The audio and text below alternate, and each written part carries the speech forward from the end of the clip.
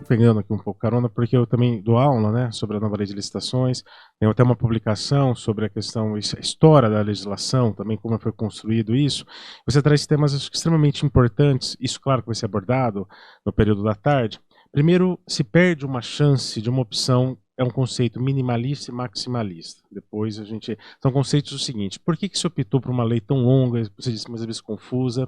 Isso foram a própria administração, muitas vezes pediu isso com o quê? Medo de órgãos de controle.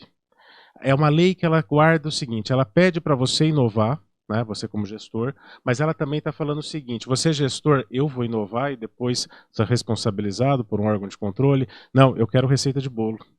Vai lá e pediu. Foi um lobby muito compreensível, digamos assim, né, nessa legislação. Então, são ambiguidades que a lei traz.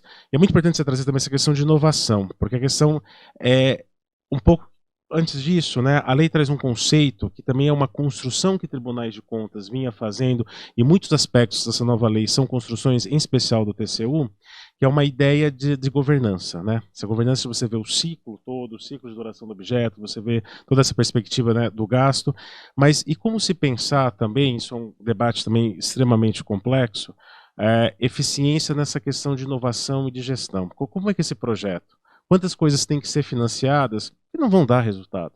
Isso é legítimo, entendeu? Isso tem uma legitimidade nisso. E aí eu vou nem pegar essa formação jurídica, tem um economista que eu gosto muito, que é Paulo Gala, né?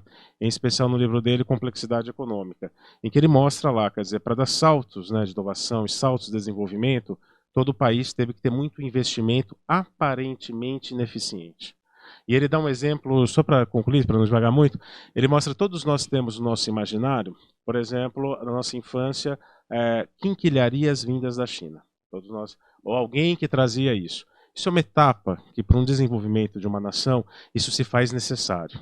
Hoje em dia, a China ela tem material de ponta que, em processo aparentemente licitatório, um processo, pelo menos, de concorrencial, para você escolher objetos hospitalares de altíssima complexidade na Alemanha, né, foi optado pelo aparelho chinês, né, desse que você faz cirurgia robótica remota, está numa cidade altamente complexidade, altamente sensível, né, que não pode ter um problema, foi escolhido o chinês e não o alemão.